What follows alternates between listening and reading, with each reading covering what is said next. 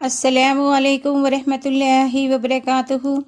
ఈరోజు హదీసు వెలుగు పుస్తక పఠనం నుండి పరలోకాన్ని విశ్వసించడానికి సంబంధించిన కొన్ని హదీసులు విందాం. అబూ హురైరా రజియల్లా అన్హు ఉల్లేఖనం, ఒక రోజున దైవ సందేశహరులు సల్లల్లాహు అలైహి వసల్లం మా మధ్య ఓ ప్రసంగం చేశారు. అందులో దొంగతనం గురించి ఎంతో ప్రముఖంగా చర్చించారు.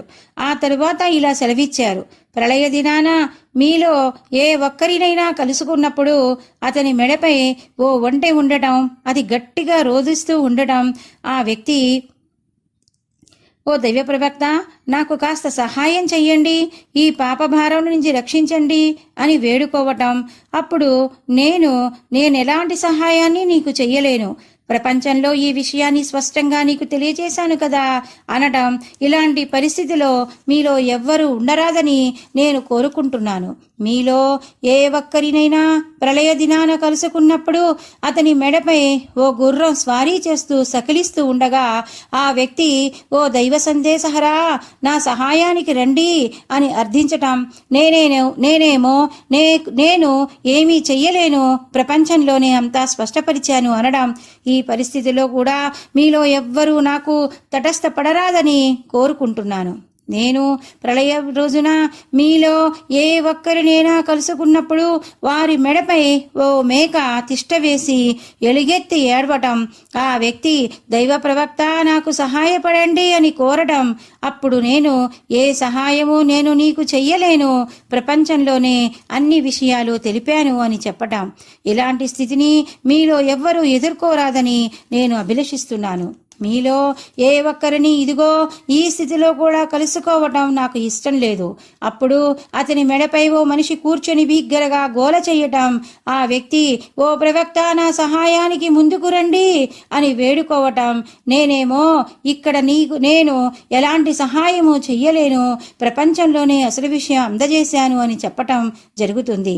ప్రళయ దినాన మీలో ఏ ఒక్కరినైనా కలుసుకున్నప్పుడు అతని మెడలో బట్ట పీలికలు గాలిలో ఎగురుతూ ఉండటం. అతడేమో, దైవ ప్రవక్త, నాకు సహాయం చెయ్యండి అని కోరడం. నేను ఏమీ చెయ్యలేను, ప్రపంచంలోనే విషయాన్నంతా విశదపరిచాను కదా అనడం. ఈ పరిస్థితిని ఎదుర్కోవటం కూడా నాకు ఇష్టం లేదు. మీలో ఎవరినైనా నేను ప్రళయ దినాన కలుసుకున్నప్పుడు అతని మెడపై వెండి బంగారాల భారం మోపబడడం. అతడు, ఓ దైవ ప్రవక్త, నా సహాయానికి రండి అని అర్థించటం. నేను నీ పాప భారాన్ని మాత్రం తగ్గించలేను, ప్రపంచంలోనే అన్నీ తెలియజేశాను అని అనడం. ఈ స్థితిని చూడటం నేను ఇష్టపడటం లేదు. పశువులు రోధించటం, బట్టలు ఎగరటం అన్న ఉపమానానికి భావమేమంటే, ప్రళయ దినాన ఎవరైనా తమ ప్రపంచంలో చేసిన దొంగతనాలను, ఆనాడు దాయాలని ప్రయత్నం చేసినా అవి దాగవు, తమ ఉనికిని ఎలుగెత్తి చాటుతాయి. ప్రతి పాపం రూపం ధరించి ఆ వ్యక్తి అపరాధాన్ని బహిర్గతం చేస్తుంది. కేవలం దొంగతనం విషయంలోనే ఇలా జరగదు. మనిషి చేసే ప్రతి అపరాధం, ప్రతి నేరం ఆ రోజు అతన్ని చుట్టుముట్టుతుంది. ఇలాంటి నికృష్టమైన పరిణామం నుండి దైవమే రక్షించాలి. ప్రతి వ్యక్తి తన అంతం జరిగి ఆచరణ ద్వారాలు మూసుకునే ముందు ఆ రాబోవు స్థితి నుండి రక్షించుకునేందుకు సన్నాహాలు చేసుకోవాలి. ఇక ఆరాధనలకు సంబంధించినటువంటి హదీసులు. నమాజు ప్రాముఖ్యం. దైవ ప్రవక్త సల్లల్లాహు అలైహి వసల్లం, ఒకసారి మీలో ఎవరి గడప ముందైనా ఒక కాలువ ప్రవహిస్తూ ఉండి అతడు అందులో ప్రతిదినం 5 మార్లు స్నానం చేస్తూ ఉంటే అతని దేహం పైన ఏమైనా మలినం ఉండగలదా చెప్పండి అని ప్రశ్నించారు.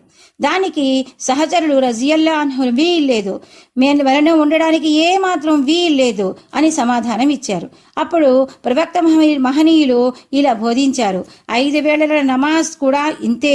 అల్లాహ్ ఈ నమాజుల ద్వారా పాపాలను తుడిచివేస్తాడు. ఈ హదీసు ద్వారా దైవ ప్రవక్త సల్లల్లాహు అలైహి వసల్లం నమాజులు పాపాల మన్నింపునకు మార్గం అవుతాయనే సత్యాన్ని వెల్లడించారు. ఈ విషయాన్ని సులభగ్రాహ్యమైన ఉపమానం ద్వారా బోధపరిచారు. 5 వేళలా నమాజ్ చేయటం మూలాన మనిషి మాటిమాటికి దైవాన్ని స్మరిస్తాడు. దాని ద్వారా అతనిలో దైవం పట్ల కృతజ్ఞతాభావం ఏర్పడుతుంది. పరిణామంగా అతడు తన మహోపకారి అయిన దైవానికి విధేయత చూపే మార్గాన పురోగమిస్తూనే పోతాడు. అవిధేయతా భావాలు అతని మస్తిష్కం నుండి సమసిపోతూ ఉంటాయి. అతడు ఏదైనా అపరాధం చేసినా అది తెలిసి చేసింది కాజాలదు. దాని స్ఫురణ అతనికి కలగానే అతడు తన స్వామి వైపునకు మరలుతాడు. ఆయన సన్నిధిలో పడి విలపిస్తాడు. క్షమాపణ కొరకు వేడుకుంటాడు.